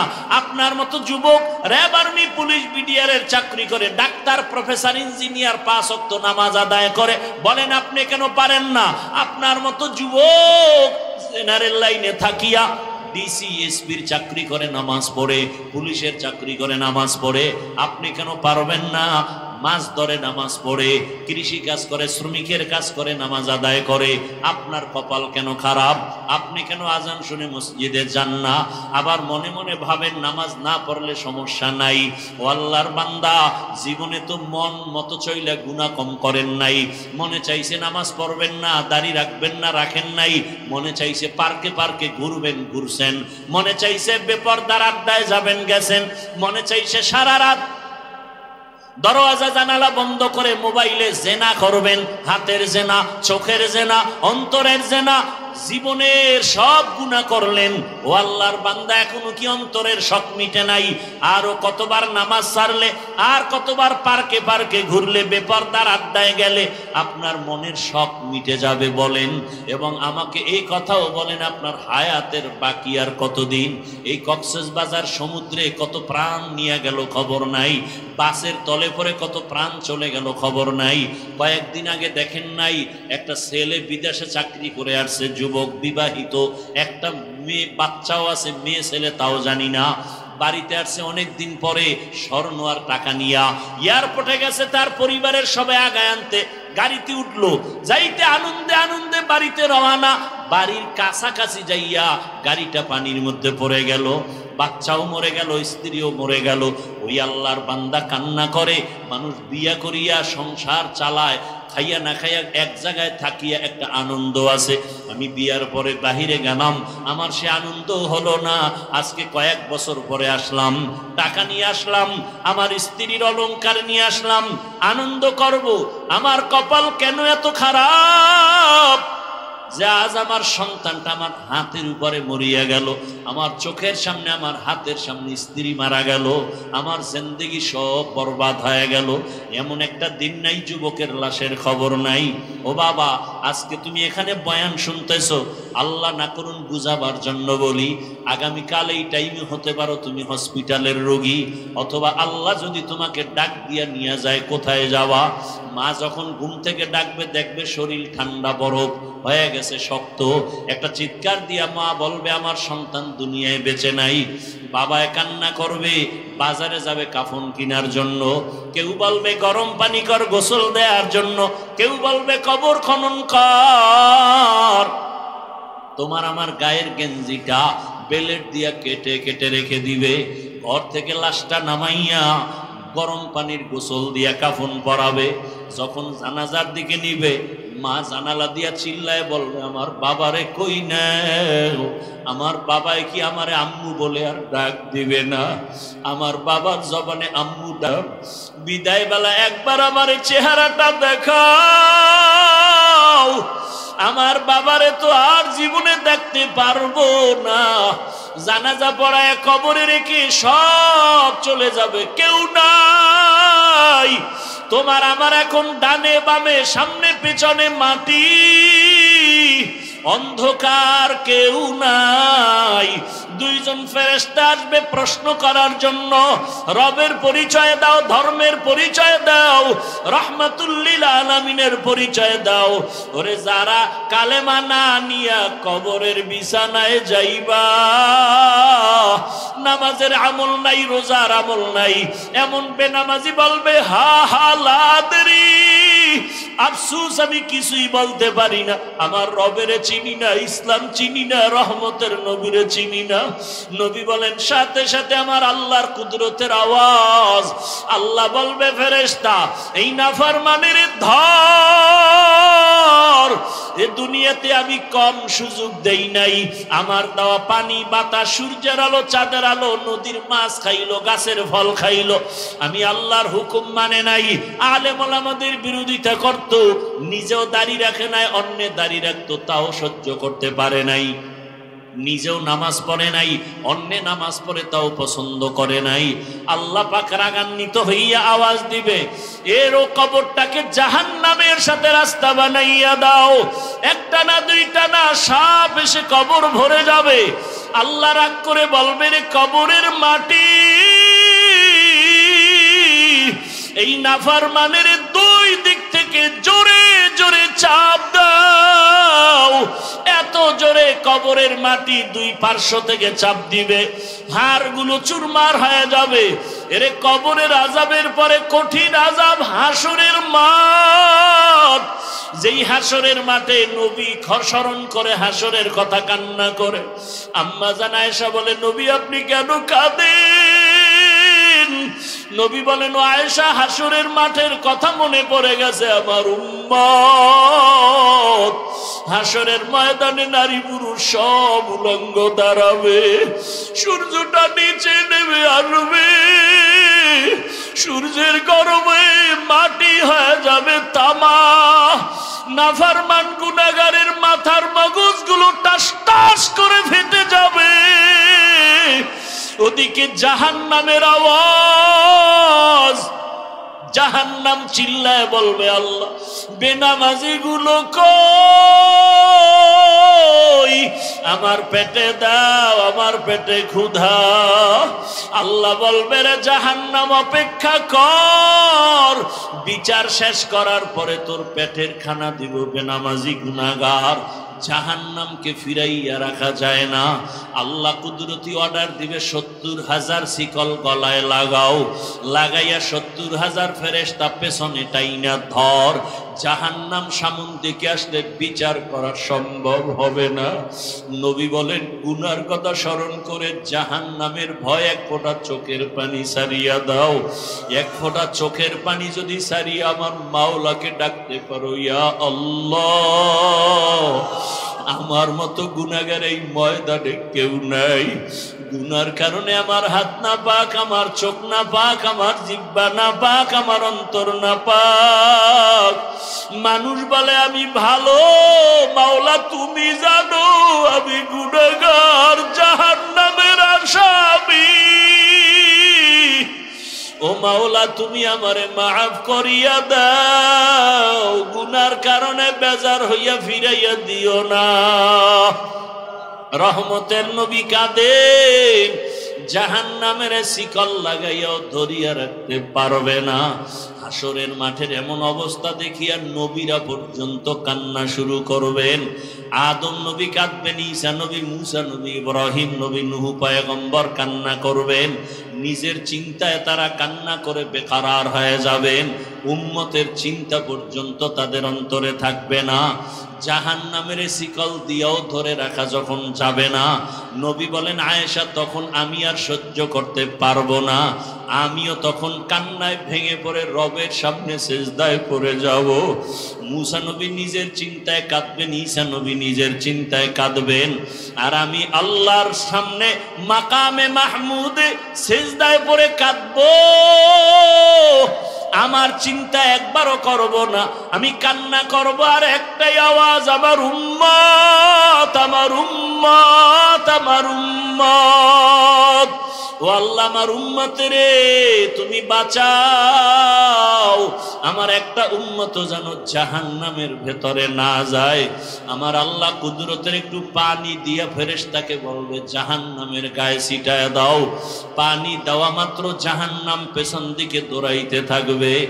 ফেরেশতারা বলবেন আল্লাহ এই পানিটা কি জমজমের পানি, নাকি আবে হায়াতের পানি, নাকি দুনিয়ার কোন সমুদ্রের পানি, না কাউসারের পানি? আল্লাহ জবান বকুদরতের আওয়াজ দিবে এটা জমজমের পানিও না, আবে হায়াতের পানিও না, দুনিয়ার কোন সমুদ্রের পানিও না, বৃষ্টির পানিও না। যেই পানিটা জাহান্নামের দেওয়া মাত্র পেছনে ভাগতেছে, যেই জাহান্নামকে শিকল দিয়া ধরে রাখতে পারো না, এই পানি হলো আমার মায়ার নবীর দুনিয়ায় গরিব গুনাহগার উম্মতের চোখের পানি। আমার মায়ার নবীর জাহান্নামের ভয়ে গরিব উম্মতেরা গুনার কথা স্মরণ করে কান্না করেছেন। ওই রহমানিয়া মাদ্রাসার সামনে কান্নার আওয়াজ। আরে আল্লাহর মোহাব্বতের বান্দাগুলো জাহান্নামের আযাবের ভয়ে কান্না করেছে, আমি আল্লাহ সেই কুদরতের পানিগুলো জমা করে রেখেছি। ও বাবা চোখে পানি নেই, কপাল বড় খারাপ। আল্লাহ নিজেই কোরআনে বলেন সুম্মা কাসাত কুলুবুকুম মিন বাদি যালিকা ফাহিয়া কাল হিজারা আও আশাদ্দু কাসওয়া ওয়া ইন্না মিনাল হিজারাতি লামা ইয়াতাফাজ্জারু মিনহুল আনহার। আরে আল্লাহর আযাবের ভয়ে, জাহান্নামের ভয়ে পাথর পর্যন্ত কাঁদে। কক্সেস বাজারে ঘুরো, পাহাড় দেখো, কত পাহাড় থেকে ঝর্ণার প্রবাহমান পানি। আল্লাহ পাক কোরআনে বলেন, মুফাসসিরিনে কেরাম লেখেন ওরা পানি দেয় না, আল্লাহর আযাবের ভয়ে কান্না করে নহর প্রবাহিত হচ্ছে। কিছু কিছু পাথর আছে টপ টপ করে পানির ফোঁটা পড়ে, আবার কিছু পাথর আছে কাঁদে না কিন্তু ভয়ে কাঁপতে থাকে, এমন অবস্থা। আজকে এক জায়গায় কালকে আর এক জায়গায় ফাটিয়া যায়। ওরে পাথর যদি জাহান্নামের ভয়ে আর কান্না করতে পারে, তোমার আমার কলবটা কি এতই শক্ত? জাহান্নামের ভয়ে কেন কান্না নাই, চোখে পানি নাই? ও পর্দার আড়ালের মা বোনেরা, আপনার মতো কত মা কত বোন এখনো আছে বেপর্দায়, চলে না, নামাজ ছাড়ে না, স্বামীর মাল খেয়ানত করে না, মোবাইলে সময় নষ্ট করে না। এখনো কি তওবা করবেন না? আল্লাহর কাছে মনে মনে তওবা করেন, আর নামাজ ছাড়বেন না, আর বেপর্দায় চলবেন না, স্বামীর মাল খেয়ানত করবেন না, মোবাইলে সময় নষ্ট করবেন না। একটা সন্তানকে আদর্শবান সন্তান বানায় যাবেন, ডাক্তার হোক, বেয়াদব যেন না হয়। সন্তান কোরআন পড়বে, ডাক্তারি করবে, নামাজ পড়বে, মা বাবার জন্য দোয়া করবে, এমন একটা সন্তান দুনিয়ায় ধন্য, আপনার জীবনও ধন্য। ও যুবক বাবারা, আল্লাহর কাছে তওবা করো, মনে মনে আল্লাহকে বলো, হে আল্লাহ জীবনে চোখের গুনাহ করলাম, হাতের গুনাহ করলাম, জবানে কত গুনাহ করলাম, আজকে তওবার নিয়ত করে ফেলেছি, আমার মতো যুবক যদি রাস্তায় গাড়ি চালায়, জেনারেল লাইনে থাকিয়াও নামাজ পড়ে, আমি পারি না কেন? ও আল্লাহ, আমার মতো যুবক চাকরি করে, ব্যবসা করে, নামাজ পড়ে, আমি কেন পারি না?